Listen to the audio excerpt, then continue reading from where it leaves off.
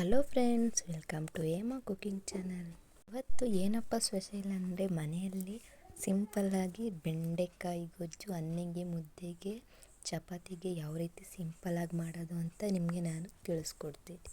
So ಅದಕ್ಕೂ ಮುಂಚೆ ವಿಡಿಯೋನ ಸ್ಕಿಪ್ ಮಾಡದೆ ಕೊನೆ ತನಕ ನೋಡಿ ಅಂತ ಭಾವಿಸ್ತೀನಿ. ಇಷ್ಟ ಆದರೆ ಲೈಕ್ ಮಾಡಿ, ಕಮೆಂಟ್ ಮಾಡಿ, ಸಬ್ಸ್ಕ್ರೈಬರ್ ಮಾಡ್ಕೊಳ್ಳಿ ಅಂತ ತಿಳಿಸ್ತೀನಿ ಫ್ರೆಂಡ್.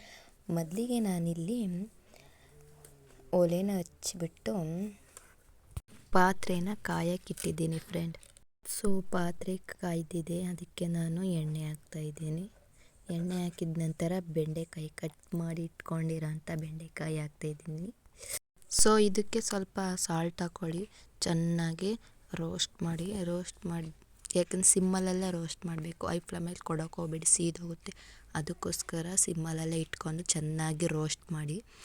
ಇದಕ್ಕೆ ನಾನು ಚೆನ್ನಾಗಿ ರೋಸ್ಟ್ ಆಯ್ತಲ್ಲ, ಒಂದು ಪ್ಲೇಟ್ಗೆ ಹಾರಕ್ಕೆ ಬಿಟ್ಟಿದ್ದೀನಿ ಫ್ರೆಂಡ್. ಅನಂತರ ಒಂದು ಪಾತ್ರೆನ ಇಟ್ಟಿದ್ದೀನಿ, ಅದು ಆರೋ ತನಕ. ಆ ಪಾತ್ರೆಗೆ ಸ್ವಲ್ಪ ಎಣ್ಣೆ ಹಾಕ್ತಾಯಿದ್ದೀನಿ. ಎಣ್ಣೆ ಹಾಕಿದ ನಂತರ ಎಣ್ಣೆ ಚೆನ್ನಾಗಿ ಕಾಯಬೇಕು. ಕಾದ ನಂತರ ಇದಕ್ಕೆ ಸ್ವಲ್ಪ ಸಾಸಿವೆ ಕಾಳು ಹಾಕ್ತಿದ್ದೀನಿ. ಸಾಸಿವೆ ಕಾಳು ಕಾದ ನಂತರ ಈರುಳ್ಳಿ, ಒಂದೆರಡು ಈರುಳ್ಳಿ ಇಲ್ಲ 3 ಈರುಳ್ಳಿ ಕಟ್ ಮಾಡ್ಕೊಂಡಿದ್ದೀನಿ.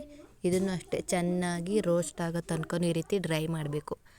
ಡ್ರೈ ಆಗಿದ ನಂತರ ಇದಕ್ಕೆ ಕರ್ಬೇವು ಸೊಪ್ಪು ಹಾಕಬೇಕು. ಕರ್ಬೇವು ಸೊಪ್ಪು ಹಾಕಿದ ಮೇಲೆ ಹಸಿಮೆಣ್ಸಿಕಾಯಿ ಹಾಕ್ತಾಯಿದ್ದೀನಿ. ಇಷ್ಟು ಹಸಿ ವಾಸನೆ ಹೋಗೋ ತನಕ ಡ್ರೈ ಮಾಡ್ಕೊಳ್ಳಿ. ಅನಂತರ ಬೆಳ್ಳುಳ್ಳಿ ಹಾಕ್ತಾಯಿದ್ದೀನಿ. ಬೆಳ್ಳುಳ್ಳಿ ಹಾಕಿದ ಮೇಲೆ ಸೊ ನಾನು ಇದಕ್ಕೆ 1 ರಿಂದ 3 ಟೊಮೊಟೊನ ಹಾಕ್ತಾಯಿದ್ದೀನಿ. ನೋಡಿ ಫ್ರೆಂಡ್ಸ್, ಇದನ್ನು ಅಷ್ಟೇ ಹಸಿ ವಾಸನೆ ಹೋಗೋ ತನಕ ಚೆನ್ನಾಗಿ ಡ್ರೈ ಮಾಡಿ ಅಂತ ಹೇಳ್ತೀನಿ. ಇದಕ್ಕೆ ನಾನು ಸ್ವಲ್ಪ ಗರಂ ಮಸಾಲ, ಅಡುಗೆ ಅರಿಶಿನ, ಚಿಲ್ಲಿ ಪೌಡರ್ ಮೂರನ್ನು ಹಾಕ್ತಾಯಿದ್ದೀನಿ. ಫ್ಲೇವರ್ ಇರಬೇಕಲ್ಲ, ಅದಕ್ಕೋಸ್ಕರ ಹಾಕ್ತಾಯಿದ್ದೀನಿ. ನೋಡಿ, ಚೆನ್ನಾಗಿ ಮಿಕ್ಸ್ ಮಾಡಿದ ನಂತರ ನಾವೇನು ಹುರಿದಿಟ್ಕೊಂಡಿರ್ತೀವಲ್ಲ ಬೆಂಡೆಕಾಯಿ, ಇದನ್ನು ಹಾಕ್ತಾಯಿದ್ದೀನಿ. ಇಷ್ಟನ್ನು ಮಿಕ್ಸ್ ಮಾಡಿದ ನಂತರ ಇದಕ್ಕೆ ನಾನು ಹುಣಸೆ ಹುಳಿ ಬಿಡ್ತಾಯಿದ್ದೀನಿ. ಸ್ವಲ್ಪನೇ ಹಾಕಿ, ಯಾವುದೇ ಕಾರಣಕ್ಕೂ ಹುಳಿ ಜಾಸ್ತಿ ಮಾಡೋಕ್ಕೆ ಹೋಗಬೇಡಿ. ಹುಣಸೆ ಹುಳಿ ಬಿಟ್ಟಾದ್ಮೇಲೆ ಸ್ವಲ್ಪ 1 ಲೋಟ ಅಷ್ಟು ನೀರು ಹಾಕ್ಕೊಳ್ಳಿ. ಚೆನ್ನಾಗಿ ಬೇಯಬೇಕು. ಹೀಗೆ ತಿರುಗಿಸ್ಬಿಟ್ಟು 1-2 ನಿಮಿಷ ಬಿಡಿ, ಚೆನ್ನಾಗಿ ಮಾಡಬೇಕು. ನೋಡ್ತಿದ್ದೀರಲ್ಲ ಯಾವ ರೀತಿ ಬೇಯ್ತಾ ಇದೆ ಅಂತ. ಇದಕ್ಕೆ ನಾನು ಸ್ವಲ್ಪ ಮನೆ ಖಾರಕ್ಕೆ ಸ್ವಲ್ಪ ನಾನು ನೀರು ಹಾಕಿ ಚೆನ್ನಾಗಿ ಮಿಕ್ಸ್ ಮಾಡ್ತೀನಿ. ಯಾಕೆಂದರೆ ಸಾಂಬಾರ್ಗೆ ಹಾಕುವಾಗ ಗಂಟು ರೀತಿ ಆಗಬಾರ್ದು ಅಂತ ಈ ರೀತಿ ಮಿಕ್ಸ್ ಮಾಡ್ತಾಯಿದ್ದೀನಿ. ನೋಡಿ, ನೀವು ಕೂಡ ಈ ರೀತಿನೇ ಯಾಕೆ ಅಂದರೆ ಬೆಂಡೆಕಾಯಿಗೆ ಖಾರದ ಪುಡಿನ ಮೇಲೆ ಉದುರಿಸಿದ್ರೆ ಗಂಟು ರೀತಿ ಆಗುತ್ತೆ.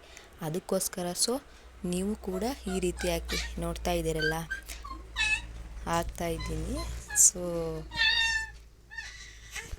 ಖಾರ ಹಾಕಿದ ನಂತರ ಇದನ್ನು ಬೇಯಕ್ಕೆ ಬಿಡಬೇಕು. 1-2 ನಿಮಿಷ ಚೆನ್ನಾಗಿ ಬೇಯಕ್ಕೆ ಬಿಡಬೇಕು.